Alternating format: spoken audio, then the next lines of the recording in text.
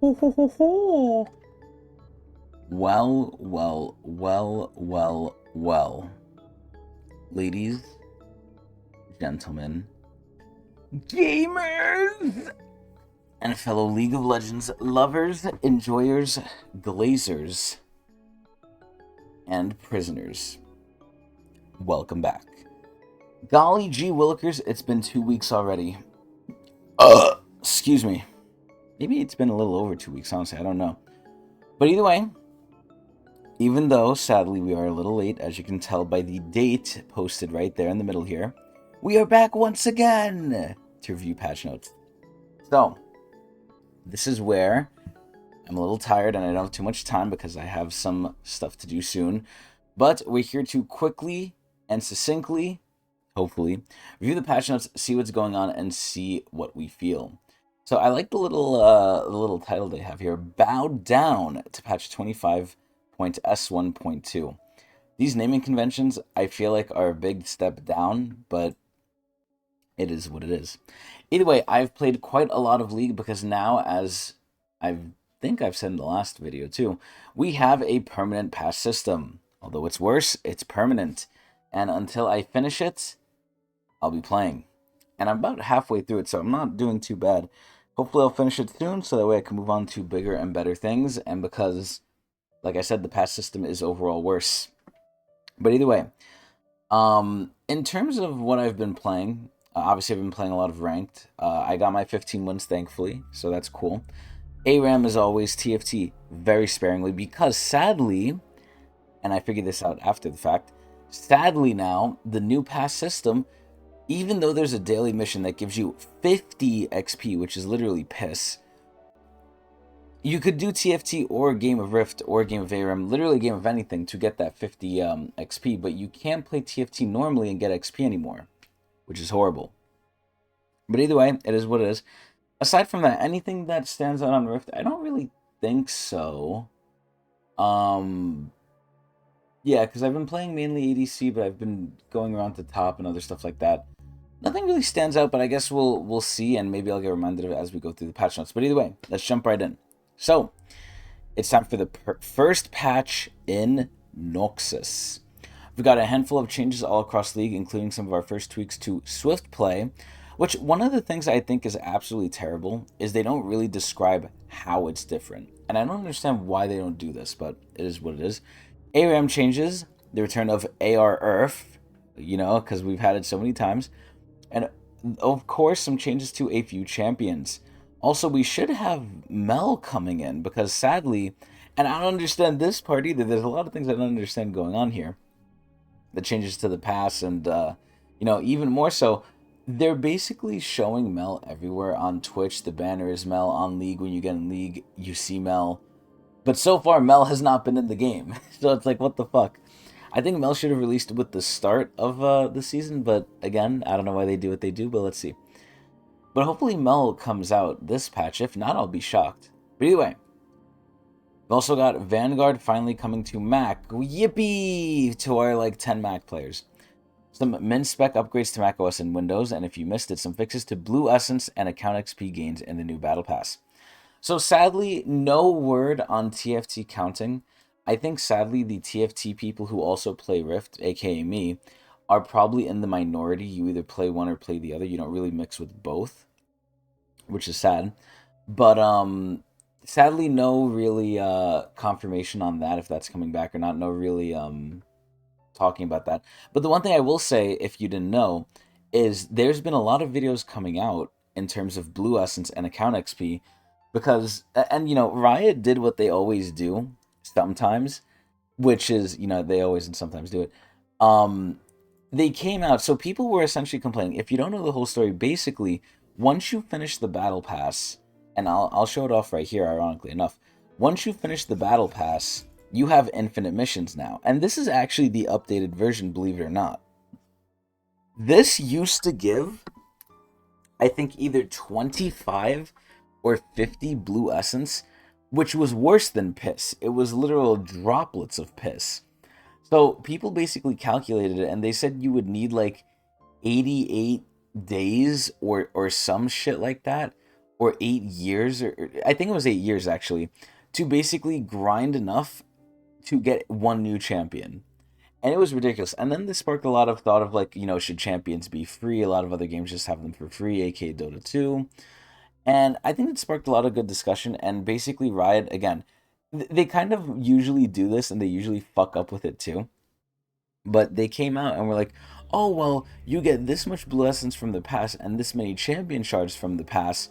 I believe from the paid pass, not from the free one, but I'm not sure because they changed everything. But they're like, oh, you get this, you get that. So I don't understand why people are complaining. I actually think it's unbiasedly pretty fair. And even if they might be right, you never want to tell the customer they're wrong, usually.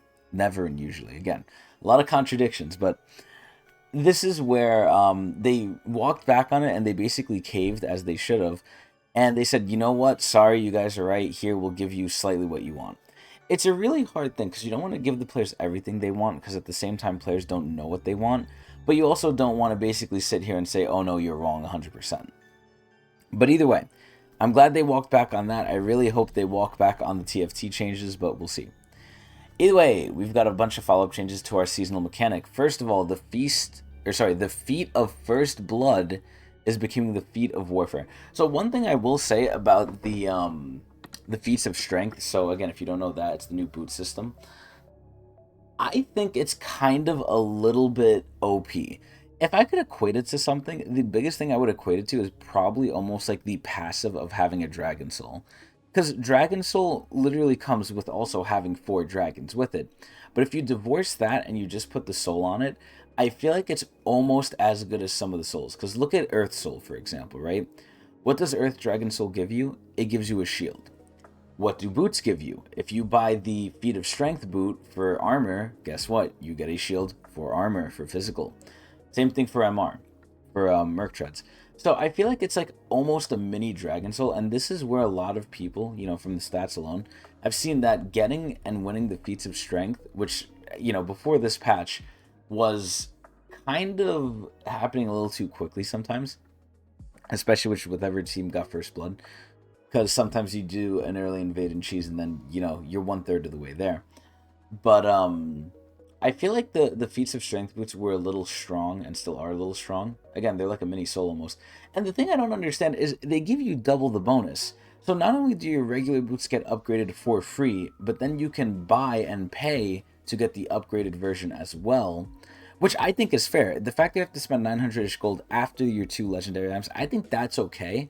I just don't understand why the fuck the regular boots are getting a stat boost too. Like that's something I don't get. But either way. So the feat of first blood is becoming the feat of warfare. We'll talk about that. Now triggering off the first team to get 3 kills. Blood roses and Otacon's rewards, and we got to talk about Otacon a little bit too, are nerfed, and spawning logic is changed to make both spawn locations and form more equally distributed. New domination vision runes are also being buffed.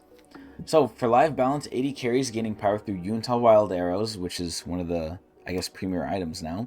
And small shifts to Lord Dom's Regards and Mortal Reminders. So, basically, nerfs. Otherwise, a slew of champion changes are getting... a slew of champions are getting small adjustments to put them into a better place. Swift Play also gets its first big balance patch. And, again, we'll talk about Swift Play 2. But the biggest thing with Swift Play is, like...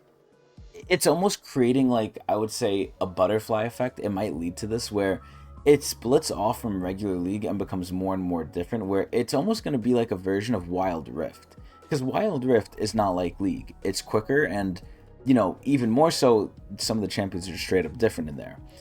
This is where Swift Play, I don't think it will go as far as Wild Rift, but it'll be a middle ground, because to have Swift Play do its thing, and the fact that they're balancing Swift Play too is kind of crazy to me. But, it's a more sped up version. I just, they listed it out in the patch notes. I wish they listed it out when you look up the game mode in the client here. And I'll show this off too. If you go to play and you go to Swift Play, it says, oh yeah, look, new rules for faster games. If you go in and press confirm and you're confused and you press this, it's faster games, authentic Rift gameplay, play what you want. I don't understand, like, how or why, and I played, like, 1 game of it. I definitely need to play more, but I'm on that rank grind. But I'm just so confused what is so swift about it, and it really sucks that you have to guess. But either way. Swift Play is also getting its first big balance patch, making champion kit-based gold, Twisted Fate and GP, exempt from comeback mechanics. And they even said this is a buff because no one knows what the fuck that means. And otherwise bringing in the biggest outliers. Cool. And then there's some TFT shit, but we're not going to go over that. So we have a bunch of new skins, and it looks like finally we are actually getting MEL. And I'm actually shocked they didn't mention it up here. Holy shit, wow. Like, it's almost like they're minimizing her. But either way, let's keep going. LA Wildfire release. So if you didn't know, Riot, I believe, is in California. At least that's where they're stationed. And that place is getting literally brand ulted to the ground. So, I guess they're helping. Cool. macOS open GL to metal transit. Oh my god, okay. So again, this is for Mac users. Cool. Vanguard comes to Mac. Whoopee. And then here we go. Blue Essence and account update. So let me actually glaze over these to see if we missed anything. Anything important. So basically they're just fundraising and they're donating money. Cool. Oh, and so they're offering Firefighter Tristana. That's actually pretty cool. That actually makes sense. That's pretty funny. And then, so any sales for Firefighter Tristana basically get matched by Riot. That's pretty nice. And then DirectX changes. Okay. Oh, jeez, I'm exhausted. I get no sleep. Anyway, I'm playing League all night. So yeah, so Mac is getting upgraded, and you basically need to have DirectX 11 now, from what it looks like. Cool. So, you know, this is it brings up an interesting topic. I don't want to go too far, and because again, I don't want to spend forever on this. But you know, League has historically been able to be played on a potato, but over time, League has, I guess, raised the bar of a lot of things, and this is where I think most people who play League, you know, there's obviously a good amount that play on potatoes, but overall hardware has seen, like, in general, raise up in average. I would say average of oh god, what's the right word for it? Basically all hardware is going up in quality. Like, most people now don't have like straight up ass potatoes. Some people definitely do, but overall hardware is on the up. I think most people have decent-ish hardware now, and hardware is just getting better over time. So I think them raising it to DirectX 11, you know, they're literally saying to you, like, hey, if you don't have it, sorry, you have to upgrade your hardware. Which, again, League can almost be played on almost anything, but I wouldn't mind if they lifted that a little bit and raised the bar slightly and made League a little bit more beautiful. But either way, because there's some games out there that look really nice. You know, Smite 2 basically just got like a big graphical overhaul, and it looks pretty nice. I'm not gonna lie. Either way, and don't even get me started on Smite 2 skins. Either way, though, Vanguard comes to Mac. Whoop-de-doo, we're skipping that. Here we go. So Blue Essence and account update. So we already kind of touched on this a little bit, but we're going to touch on it again. We published the article last week about a mistake we made when calculating and planning Blue Essence acquisition. So this is where, like, Riot really is getting more money grubby. I think it's going past the line at this point. I think them basically going away almost entirely with the new chess system that they implemented that was very nice for free-to-play players. It had its weaknesses, right? The fact that you had to play new champions and get an S on them, you know, obviously not everyone could do that. I easily could, but it was still annoying to do. But this system is 100 times worse, and the Blue Essence system, I guarantee you, if no one complained, they wouldn't have think they screwed up. Because at the end of the day, they are really, really getting just money grubbing. The fact that we have Gacha in League really proves it, and it's sad. But we're kind of going definitely on a downtrend. I was excited, too, for a lot of the changes, but man, are they just not good. But either way, we screwed up on this one, so we're making some changes across the next couple of patches as follows to make up for this and correct it. So the first big change they did, as we showed earlier, is in the Battle Pass, instead of getting like 25 like droplets, you now get 750 per repeating level. So that's cool. So, I'll always give Riot shit for the things they do, but I'll always let people own up to their mistakes, and I'll respect it. And that is one thing they usually do as well. So first off, we're changing the total Blue Essence value across the past milestones from 4,750, which isn't even enough for a new fucking champion, to 9,000, which is great. It should have been on release. We're also updating the post-50 repeatable epilogue. Oh, so it was 50. Sorry, it's not 25. It was 50 piss droplets. So they're going from 50 to 750, which is great. The epilogue changes should be live during this patch. Nice, they are. Because Act 1 pass is already live and a decent number of players have already completed the Blue Essence milestones, we're going to be compensating the difference through a one-time, easily completable mission that gives you a big chunk. Cool.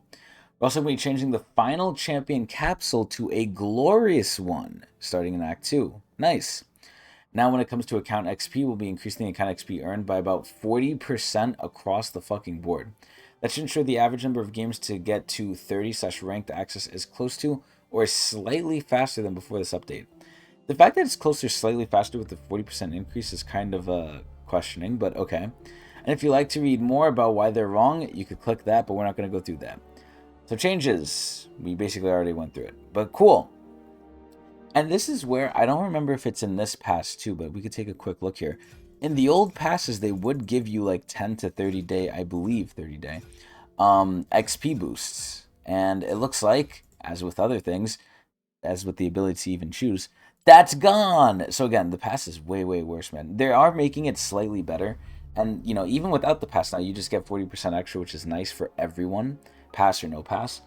But again, this is still overall worse. And it's like, they're not really addressing the elephant in the room. And I don't think they will because they want money and they're going to get enough money. Either way, home guards. So they did a change to home guards where now you have it at all times when you back. Obviously, it's weaker earlier in the game, but you still have it. And I think it feels great. Again, they've done some things to extend games like having, not inhibitor turrets, Nexus turrets respawn. But they've done other things to kind of speed up the game. But I don't think it speeds up the game. It just makes it feel a little bit better, which is having home guards in. So what are they doing? We're adjusting home guard's range to cover the entire platform to remove any friction around where one should position while waiting in the spawn with a nerf to the duration. So the range has been increased, however, the duration is down. Okay, cool. So slight nerf. So feats of strength. So let me see. So the only thing they're doing is they're changing again the first blood to now getting 3 kills, which I think is a lot better. So the feats of first blood was chosen as a very clear time to existing mechanic in Summoner's Rift, but it's clear that the purpose, it occurs too early and can create extremely frustrating experiences in combination with invades and early fights. Yeah, because if you gave first blood, you'd also get flamed by your team like, oh, you fucking gave them the feat of strength. Like, oh, big whoop, right? What if you were ganked? We're replacing the feat of first blood with the feat of warfare, which is granted the first team to reach 3 champion kills. So it's really interesting how they're not changing any of the feats of strength shit, because I've heard, you know, ironically enough from players even in game, that if you get a feat of strength, you're like almost 20% more likely to win the game at that point, which is crazy. But either way, I think they should get looked at a little bit. I'm really like, a lot of the games, weirdly enough, they feel very snowbally, but overall in a metagame sense, right? Or in like in a macro sense, actually, not metagame. I'm not owned by Zuck. But this is where macro-wise, I think macro is a lot more important now in the game. And at a very lower skill tier, too. A lot of the times in lower skilled play, macro does not really matter. I feel like it matters more. That could be because Otacon is in now and the feat of strength. Like, all these new macro level things are in. And they just add up on top of each other. Grubs, Herald, Otacon, feats of strength, Dragon, Baron, Elder. Like, holy fucking shit. That's like 7 things that you have to macro on, which is, you know, I love it, but I'm like, damn, like in the low skill ranks, it really feels like if your team does not have good macro, you just get fucking shafted. But either way, let's keep going. So Atacon, what do I think of Atacon? Atacon I actually really like. I like the fact that he's like there at like, what is it, 25-ish minutes or something? No, that's Baron. I believe Atacon spawns at 20. But I do like that he comes in. I think he creates really interesting fights. I like that he doesn't die instantly. Like, obviously, I think Baron takes a little bit longer. Atacon is pretty healthy, though, and I do like that you have basically time to fuck with him. I like the idea that, you know, it's variable. He could spawn bot or top. One thing I will say, though, is that the meter, I don't fully understand it. Like, it takes some time to understand. There's not great clarity on it. Similar thing to Swift Play. There's not really a lot of information for those who want it that is apparent there. But I really feel like we see a lot more Ruinous than Voracious. Like, that could just be because it's solo queue and it's just, you know, nuts to butts monkey action. But I really, really feel like Voracious is rare, and Voracious is not as good, personally. But either way, let's see what they're doing. We've seen a good bit of player data as well as some early pro data. Also, that shit always goes bot. It's rare for it to go top. I feel like most of the time it's in bot lane. Stat-wise, they said it's not. It still is more balling than top, but stat-wise, they said it's like closer to 50% with a skew a little bit towards balling. I feel like that's not true.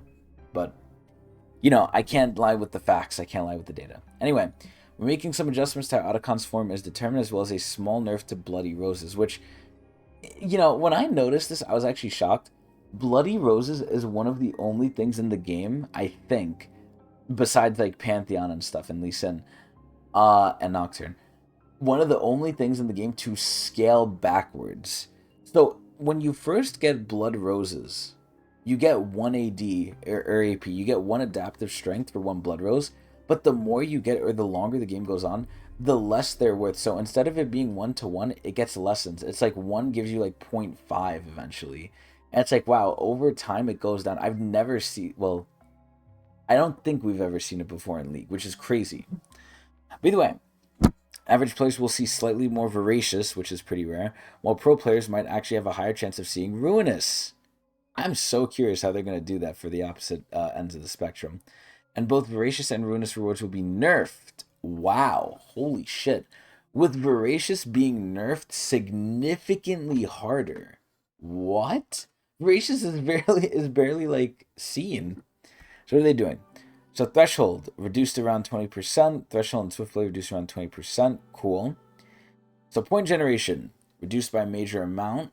Points per champion damage, unchanged. So even doing damage actually affects it. Wow. Points increase when alone. Alright.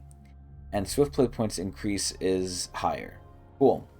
So Voracious. So now gold granted for triggering the withdraw effect. So basically if you kill them with the GA, you get more gold, which is good. I think you should be rewarded for that. 100 gold isn't really enough. It's basically like you're getting a kill, but the guy just respawns instantly. It's not as good as a kill, unless obviously the person's feeding. But I think this is honestly fine. Because a lot of the times when people had Voracious, they would, again, go nuts to butts, monkey fucking gorilla action, and they would do whatever the fuck they wanted. They would dive you. They did not care. Because you use it or you lose it. And this is where, like, 100 gold really did not matter too much. But either way, Bloody Roses. XP is going down, and Adaptive Force is getting nerfed at the point of 34 instead of 39. I think this is fine. Again, Blood Roses, too, are another way of just, like, it's another kind of thing of macro where sometimes I see people ignoring them.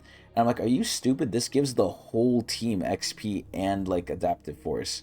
And people don't really prioritize them, which is crazy. But the people who do, I feel like, really end up winning games.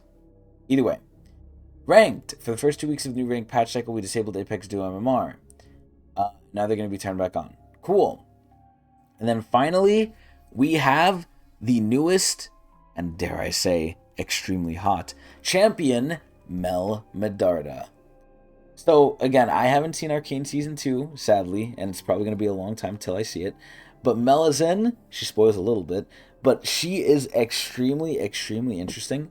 I love her a lot. I think look-wise she's great. There's been some controversy with her looks, ironically enough. Some of her looks have been getting chastised, and not really her looks, it's more her animations. Her animations, especially the facial animations, which don't exist, have been getting scrutinized, and I think fairly so. I think Mel is a very big and hyped champion, especially from all the Arcane shit, right? Because Riot even openly said they don't really care if Arcane loses them money. They're overall just trying to strengthen their brand and get people in long term into League or just into, you know, Riot in general through Arcane. And I think it's worked. I really think it's worked. We had the whole Arcane themed shit, which is now transitioning to Noxus, which I think is pretty cool. But you know, the fact that Mel isn't like up to like the highest standard is a little depressing. But aside from visuals, I really like her kit. And it's interesting too. We got to see how it is, because I have a curse. Whenever I like someone's kit and then I play them, I end up hating it. Aurora, I still kind of enjoy Aurora, but again, they're not as good as I thought. Like Aurora, I really liked, but I suck dick at, and I just don't think she's good, even though she was. And then Hui is Hui. You know, why play him when you could play someone easier? Zeri is a tragedy. I hated Zeri too. I was like, oh, Zeri's stupid, and then she came out and I loved her. So usually, whatever I like, the opposite happens, or whatever I think the opposite ends up happening. I really hope it's not the case with Mel, because I really like Mel. Her W, they reflect, is absolutely fucking ridiculous. That's gonna get probably 100% nerfed. The passive is interesting. The passive is basically infinite stacking, as long as you're in combat, but unless you get them low, or unless you get to the point where it will proc, your passive's almost essentially useless, which is, it's very interesting. I really like her. But either way, and they're basically just copying her stuff from TFT, which is fine. They basically use that as a test run. But either way, Mel is coming. I'm super excited, and I've already covered her, so you can watch that on my channel as well. But really, really excited to see her. So Cass, what do we think of Cass? I don't see much Cassiopeias in general, so I'm really curious what they're going to do. Cass is disproportionate winner in the feats world, which is already strong as shit, by the way, like I've been saying, which is probably at least partially due to her lack of feet being a bit overcompensated. So now the triumphant move speed is going down. Cool. So that's pretty small. And again, it's move speed, and I always say move speed is a sleeper OP stat. So this is actually pretty decent nerf, but it doesn't look like it.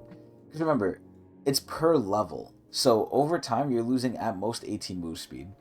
But, it is what it is. Cassiopeia, though, she really needs move speed. She doesn't have much in her kit in terms of mobility. But either way, moving on to Evelynn. I haven't seen Evelynn. I think Evelynn is... just in general, I think Evelynn is one of the few AP assassins who can actually kill tanks. Like, she shreds so much. Granted, you have to work for it, but she is fucking crazy. I think she's decently hard too. I think playing Evelynn is like walking on nails. It really is hard, and it's really hard to do it right. But when you do it right, goddamn, is it good. And she's hot as hell. So I think she's gonna get buffed because I don't see her enough. Evelynn is among the worst performing assassins after the season start. I still think assassins are in a very shitty spot too, and they have been for a long time. If there's any other people I feel bad for, and it's ironic because it's my mortal enemy as an ADC player, I really do feel bad for assassins. I feel like this game is not really meant for them too much anymore. But either way, many assassins are now weaker and uncoordinated play due to Eyeball Collector being replaced with more vision-centric runes. Oh shit, yeah, that's true. Evelynn is first up here. We're providing her some better in-combat move speed and reliable late-game burst. So let's see what they're doing. So her E Whiplash move speed is going up by a decent fucking amount from 30 to 50. Holy shit, it scales, which is great. And then her R is going up by 10%. And then the empowered one is going up by, oh my lord, 24%. Holy shit. Okay, yeah, no, she's going to chunk a little bit harder. Wow. These are great Evelynn changes so far. Nothing bonkers, but I would say in the category of really good. Moving on to Irelia. I haven't seen too much Irelia. Irelia is always, in my opinion, a very, I don't want to say a skill cap champion, but I'll use that for now. I think Irelia is decent, though. I don't know how she landed after the patch because I haven't seen her, but I would imagine she's doing pretty decent because I think bruisers in general are doing pretty well. Irelia has been a strong performer for a while and is not deserving of a nerf. However, we like to preserve how good she feels as a fast-moving auto-attacker with the tools to survive melee combat. I feel like Irelia has gotten so many changes over the years, too. She's been such a problematic champion. Not on the level of Yuumi and Kassan, but right under. Excuse me. Though there are a large number of changes here, each one of these abilities contributes only a small fraction of overall output. So let's see what they're doing. So they're nerfing the passive by 20, the W, not the passive, by 20, which is decent. Nothing crazy. The max damage is getting lowered by, oh my dear god, what the fuck? From 210 to 150. Holy shit. That's a lot. The damage on the E is going down by 30, and then the damage on the R is going down by 100 later. Whew. So they're basically hitting a lot of her base numbers. Wow. So I guess earlier she's going to be worse. I mean, granted, a lot of the scales off AP. You're not building AP on her anyway. But, Irelia is worse off. Holy shit. Now, I haven't seen her go crazy. I don't know if I want to take their word for it either, but listen, I'm always down for some Irelia nerfs. As a very old throwback, better nerf Irelia. Either way, moving on, Kayn. Kayn, I think, is one of the big winners from this patch, ironically enough. I think Kayn is pretty prevalent. He's really good. Red Kayn is kind of almost broken, I would say. Blue Kayn is always going to be, in my opinion, second to red unless they, overtly nuke the fuck out of him in terms of buffs. But I haven't really seen that. And Red Kayn is just superior. But either way, Base and Red King are about where we want them power-wise, but Blue King isn't performing quite well enough. See, I like that. I like how they're not bringing down Red or Base, but they're raising up Blue. He doesn't need more late-game burst. Wow. So we're raising up the floor for his passive. Oh? Really? Wait, but that... Wait, what? Wait. Oh, okay. So this is what they're doing. They're increasing it early. They're not touching late. Okay, all right. That makes more sense. And 15 to 25 is a decently good amount. Holy shit. Okay, Kane's blue is pretty good. Granted, you shouldn't be going blue anyway, but if you do, I think this is a pretty nice change. Malzahar! What do I think of Malz? I think Malz is just your general, and I kind of call it it's sort of like a punishment in pro play. It's called Malzahar duty. If you cannot play mid or you just need like the safest pick possible, you literally just play Malzahar. Because Lord knows, unless you suck dick, you're basically not gonna like lose to Malzahar in lane, but you're not gonna win either. So Malzahar is just like a straight farming pick that has a lot of worth later on. But I actually played Malzahar too. Malzahar is I think they should give him a fucking gameplay update, honestly. He's so boring, but either way, he's decently good. So what do we think? Malzahar has the under the hood updates to his W and R in this patch in order to open up more mode-specific balancing? What? As a result of these ability updates, already spawned Voidlings now update their damage when Malzahar levels up. This is such a small thing, it's actually crazy. So, maybe they're doing this for ARF, I don't know. Probably, if I had to guess. Or for Arena, which is coming back hopefully soon. But, and also, in other news, I forgot to mention it before, this is my bad. But, we're going back into the era where there's always going to be alternate game mode out. So, along with Rift. So right now it is ARF again, which, whoop-de-doo, or for like the 100th time, yippee.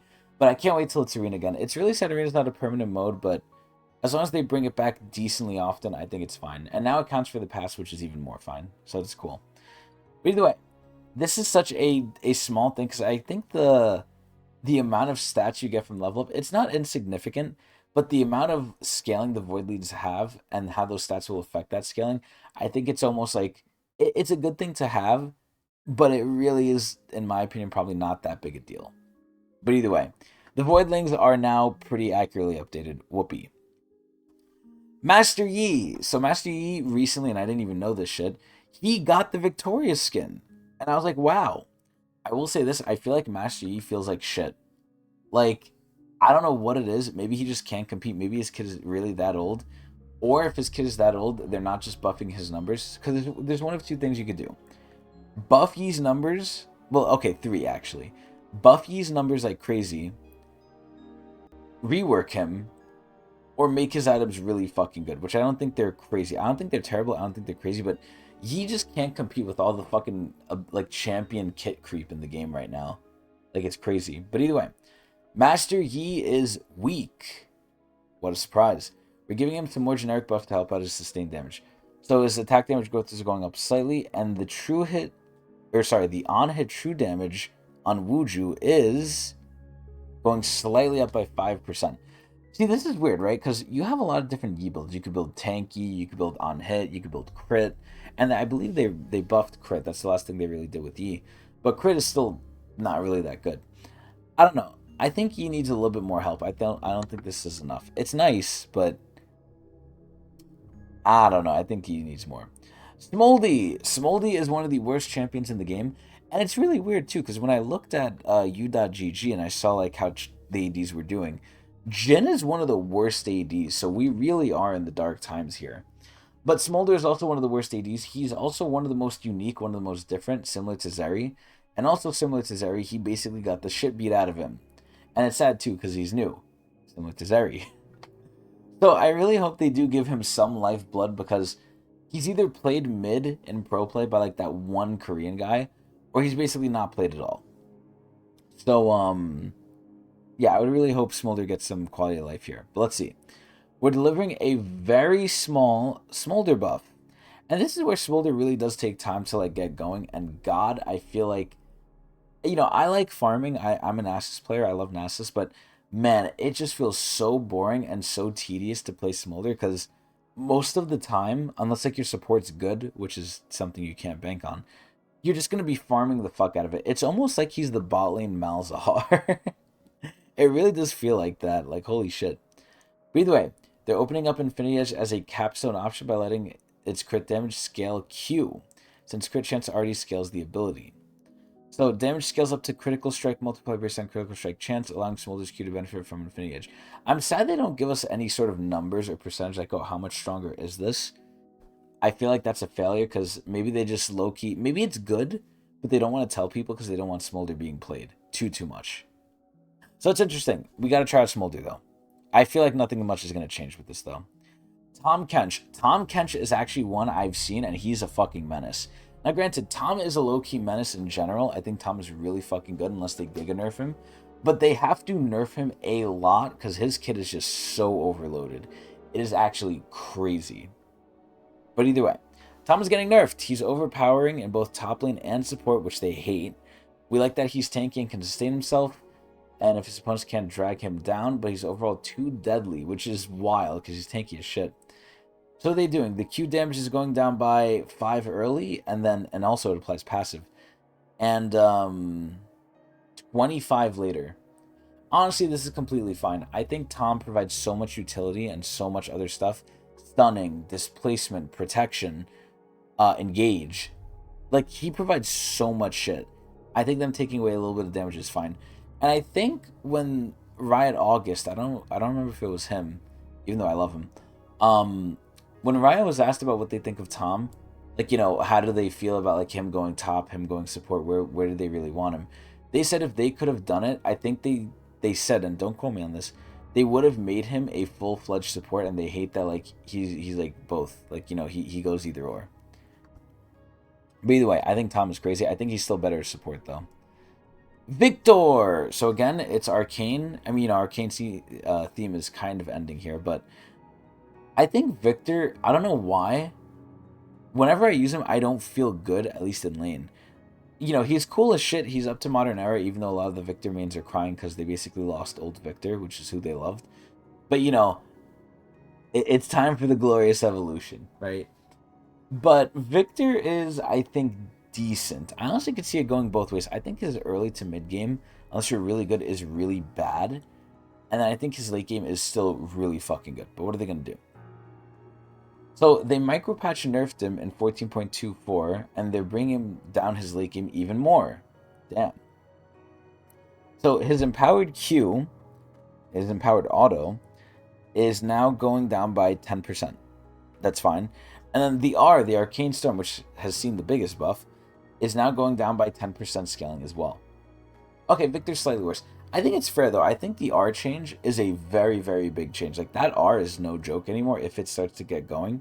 And especially because it gets extended. That is such a good quality of life. It's not even quality of life. It's a straight up buff. Like, that shit is crazy. But Victor getting shoved down a little bit, I think, is honestly fair. Late game, at least. Early game, they didn't touch him. Great. Late game, he's really fucking strong. But I guess that's also lore accurate from what I heard, too. Sadly, again, I haven't seen Arcane Season 2, but I want to. Yumi! What do I think of Yumi? I don't think Yumi's too good because I haven't seen her. She still is the battery. But I'm just curious, like, what are they going to do to Yumi now? I feel like her and Kasan always get touched. I'd be, like, shocked if both of them don't get touched for, like, 2 to 3 patches in a row. I'd be really shocked. But either way, Yumi is a bit weaker, where her contemporaries get 5 free armor and Mario ability haste, and she doesn't. Wait, why? Does she not buy boots? Oh, it's probably because she doesn't buy boots. She's overall one of the weakest supports in the game, which is crazy. So we're delivering some extra power. So this is where I'm curious what they're going to do. Are they going to improve her poke? Are they going to improve the thing that basically everyone uses Yumi for, which is just attaching to an ally and then jacking off? Which again, and it's sad like that is one of the realities, because Yumi, if she hops off and hops back on and an actual skilled player does it, it's night and day how much better she is, IMO. But she is decently hard at that point.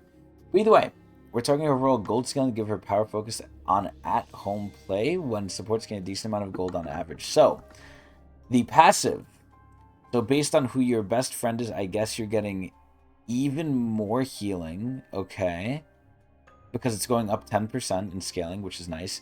And then the cooldown is a little bit lesser later. Nice. By level 13, actually. Cool. And then final chapter is going up in base damage. Nice. And the max damage is going up by 100. And 10% scaling. Wow, okay. So yeah, Yumi's gonna touch you a little bit more. It's gonna tickle a little bit more. Maybe even scratch you. Okay, Yumi's not terrible. I don't think she's great, but she's not terrible. And they're not touching like her buff and capabilities, which is fine. But that's all the champion changes. Honestly, not much changes, if any, to ADs except Smolder, which is okay, but we really got to see the specifics. Not bad. Not bad. Bring a lot of people in line. Alright, Lord Doms. So let's see what they're doing. So Lord Doms is getting more expensive, but it's getting more armor pen. I am perfectly fine with this. I love this. Again, bruisers, tanks not really necessarily, but bruisers definitely are feeling like an issue, so Lord Doms is going to help rein them in. Nice. Mortal Reminder, same shit. Nice. So, Yuntal. Yuntal is interesting. This is where finally, I think, in a hot minute, I actually really like Yuntal number 1. I still miss the bleed, because it was good on Jin, and Jin's the worst AD now, so he really needs it. But Yuntal is really fucking good. I actually really like it because it's scaling. It gives you crit, attack speed, and damage. It's everything you want. Granted, not all at once. You have to work for it. But I really do like how I think efficient Yuntal is once it's fully stacked up. And it's not even hard to stack. It gives you extra attack speed when you're autoing champions. I just think overall, it's a great item that now gives you both attack speed and damage. And allows ADs, when they're fully built, to finally have like an option to basically get the best of both worlds. Because that's what they want at the end of the day. Attack speed and more damage. And crit. It literally gives you everything. I think it's one of the best items, man. I really do. Like now ADs, usually they would either opt into more attack speed or more damage. But now again, you can literally get both. It's so fucking good. But what are they doing? Yuntal is still a bit in comparison to Collector, which is crazy to me because I think Yuntal is really nice.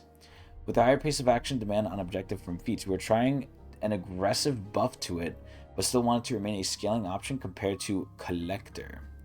So the attack damage buff is going up by 5, which is great. The attack speed buff is going up by 10, which is great.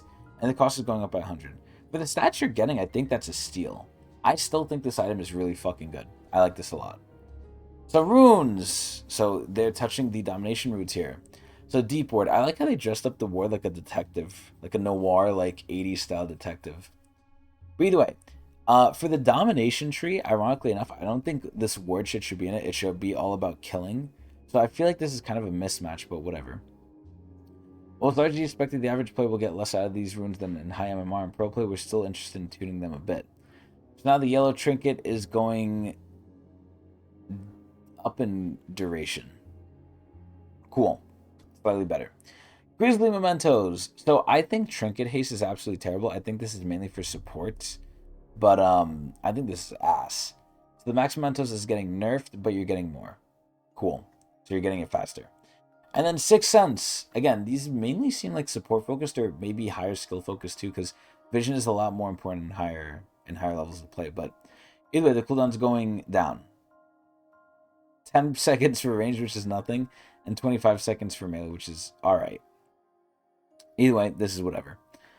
This is the support's job anyway, and if you're Senna, it's really your job, so it is what it is. I think these runes suck ass, though. Anyway, Swift Play. So finally, we can get reminded of how it's actually different. So let's see what they're doing. Our first major Swift Play balance patch is aimed at cleaning up some systematic issues, otherwise addressing champion balance outliers. So GP, Pike, Akshan, who reses, Draven, TF, and Senna, who all have kind of different gold income. The gold generation would count as normal gold and thus put their opponents into a comeback state, which is crazy. Letting them earn more gold to keep pace. This kid specific gold will no longer count. Nice.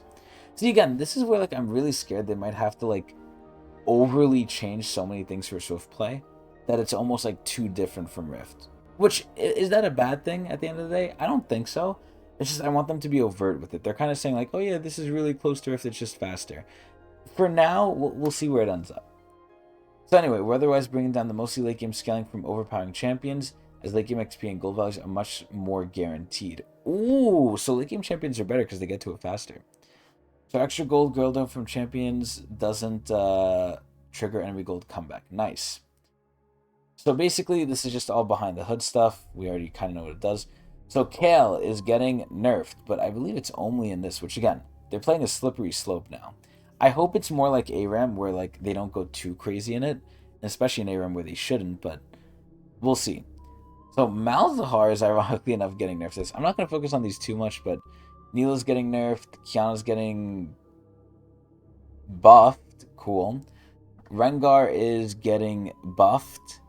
Singe, Sivir. Oh my god, look at all these changes. So again, not big changes, but that's fine. So again, they could slightly touch Swift Play, but I just wish they were more overt with how it's different. And then finally, ARAM. Let's see. Especially focus on shifting modifiers to champion spells for two beloved champions. Set and Sona. Oh? So, that's interesting. What the hell? So we're distributing some of the power from his W into other spells. No! What? The whole power fantasy would set as his W. And then Sona. Her strength has largely come from frequent spell casting, which is how they want her to be. But her ability haste has been heavily nerfed due to her passive. Yes. To address this, we're reducing the effects of her passive while restoring some of the damage and shielding. So basically, she's not going to feel as shit early. They're basically doing this for early game. But let's see. Sona. So they're lowering this in half. The Q cooldown is going up. The W cooldown is going up. The heal is getting nerfed, scaling-wise. The shield is also getting slightly nerfed. But now they've removed all the nerfs. So overall, this is, I think, an overall buff. Which is crazy. And then set. So the max health on the W storage is going to be less. The Q bonus speed is a little bit higher, so you can engage a little easier. And they removed all these specific nerfs for him. That's just nice. And then Karma. Slightly nerfed. Cool. Whatever. Also, I don't know if this was a mistake, but they didn't have the scaling on the other thing. Does that mean there's no more scaling, or they just didn't put it? Either way, who knows? And then getting buffed is Kaisa, which she's getting even less damage taken. And then Soraka, which is getting some haste. Cool. Even though I already think Soraka's actually kind of broken in this, but in a way she's not, because she has to basically take care of 4 children, so it is tough. In lane, it's a lot easier when it's just one. Overall, interesting changes though. Not going to go too far on them. And now ARF is back for, again, the 100th time. Nice, there's champion balance and item cooldowns have been adjusted. Cool, so it's not as fun, but whatever, it's decently fun too. Mythic Shop, I don't care, but Jesus Christ, they have so much shit. Bug fixes, quality of life. We won't go over all these, but it's cool. And then finally, upcoming skins, which I didn't know about. So, we have the Mythmaker line, which is, again, Chinese in origin. It is Lunar Revel, though. Or it's about to be Lunar Revel, I think. I'm not really sure. We're around that area, though, so it's cool. Mythmaker Nami, I thought this was either Cassiopeia or Seraphine for a second, but it's not. 3 Honors Shen, I feel like this came out of nowhere. I really don't like the 3 Honors line too much. But it's a nice free skin, and I feel like some people would like it. It's not that it's terrible quality, it's just I don't really like the theme. The theme is very, like, Aztec-based almost. Kind of. But either way, we do have some controversy with the skin here for Mythmaker Jhin, because, again, right, this is Jin's 2nd legendary, which I'm very, very happy for. But I don't know what makes this skin legendary. And that is partly because I haven't seen too much of it. But also, in general, like, certain quality of skins is going down. This is where I think I'd see more of the Jhin one, but I am glad he's getting a 2nd legendary, even though it's unfair to a lot of other people. It's Jhin, one of my personal favorites, so I'll let it slide by because I'm biased. But either way, yeah, he has his legendary, and there's some controversy with it, and I think it's probably somewhat warranted. But I have to see more. So the Shen skin's not bad. The Jhin skin at least looks decent. I think Darkstar is still probably better, unless you're Asian and you really like this theme. Nami is pretty cool. I think this is a great skin. And then we have Prestige Mythmaker Cass, which is okay. One of the things I'm feeling is, like, sometimes I can't tell who these champions are splash art wise. Like, obviously, you know, after a second I can figure it out, but initially a lot of these women look the same, man. It's actually crazy. Then we have Mythmaker Jarvan, which I thought was Garen for a second with the way his, like, spear looks. I thought it was Garen's sword. But again, I do think now we're getting to the point where sometimes these skins, they do have clarity issues on first look. But it is what it is. And then Arcane Counselor Mel. I don't believe this is a legendary like Ambessa, but I do like that they're having her Arcane version. And again, even though there's some issues, and I think right issues too, that people are bringing up with Mel and the quality of her model, especially with the face, I think overall I really like the way her model looks. Like, I love Mel. She's hot as hell. And her in-game looks very regal, and I really like that. And just, you know, gameplay-wise, I'm hoping I'm going to like her too. By the way, we have chromas for some of the Mythmaker skins. The Jhin ones are okay. The Nami ones look really fucking good. Jarvan ones look nice. And MEL looks pretty good too. Nice. So overall, that's the patch. I'm going to be honest, pretty boring patch, pretty whatever. Really sad they didn't address more of the controversy with the pass, aka making TFT count again. And I don't think they will, and it's really going to tear me up inside because this is where, again, literally, and I made a video about this too, Mort Dog, one of the TFT people, literally said, like, oh yeah, why does the TFT pass count for both? Because someone asked him. He's like, we want you guys to just have fun, play what you want to play, but still earn stuff. And it really felt like it respected the player's time and decision. And again, even with the new pass system, they're taking away our choice. And it's the same thing with the TFT thing now. It just feels like I'm getting disrespected as a fan, and I'm not allowed to do what I want to do, which is even worse because you're taking it away. It's not like it wasn't there to begin with. Once you have something and you take it away, that's when it feels way, way fucking worse. And the compensation, it's like in all aspects, we've basically gotten nothing to really like justify it or like a give and take. And it's just all these other things with the pass are worse too. But overall, this is a pretty whatever pass. The only thing that's great, I think, is MEL coming in. The skins are nice too. But the smolder change is interesting. We got to see that shit. Evelyn change is insane, by the way. But overall, not a crazy patch. I think just because MEL is being added too. Sadly, they didn't nerf the feats of strength either. I mean, they kind of did with the first build, but that's not a nerf. That's just like, it makes sense. I think overall, this patch deserves probably, I was going to say a 7, but I'll put it at a 6.5 mark miles out of 10. I think it's whatever. I think it's alright. Some things are good. Most things are kind of whatever. I don't really care. And as always, this is my personal opinion. But either way, tell me what you guys thought about the patch. Are you excited? Are you feeling it now, Mr. Krabs with League? Or, is it whatever to you? I'd love to hear. And if you'd love to see me more, you can always see me more at twitch.tv/Tecnics channel. But either way, 6.5 mark miles out of 10. Some interesting changes. Not a lot, though. And a lot of controversy. And League seems to be, at least in the free-to-play sense, and just for even paid players, too. It seems to be kind of going downhill and just more money grubbing, which is sad. So if you're a whale, you probably love it. If you're anyone else, you probably don't like it, which is sad. But yeah, 6.5 out of 10. Hope everyone enjoyed. Eee!